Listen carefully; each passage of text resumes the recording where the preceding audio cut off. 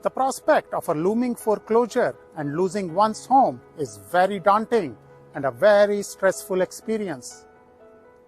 Distressed homeowners should seek out the counsel of individuals that are specifically trained to render assistance and provide direction. First, you should explore options for staying in your home, such as loan modification or loan forbearance. If every available option to stay in your home has been exhausted and you have no other choice but to sell your property, the first thing that should be done is the property evaluation.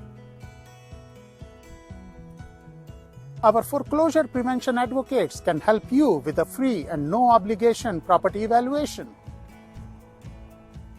For a free report on this topic, please DM me or call me at our foreclosure prevention hotline. Remember, foreclosure is not the only option.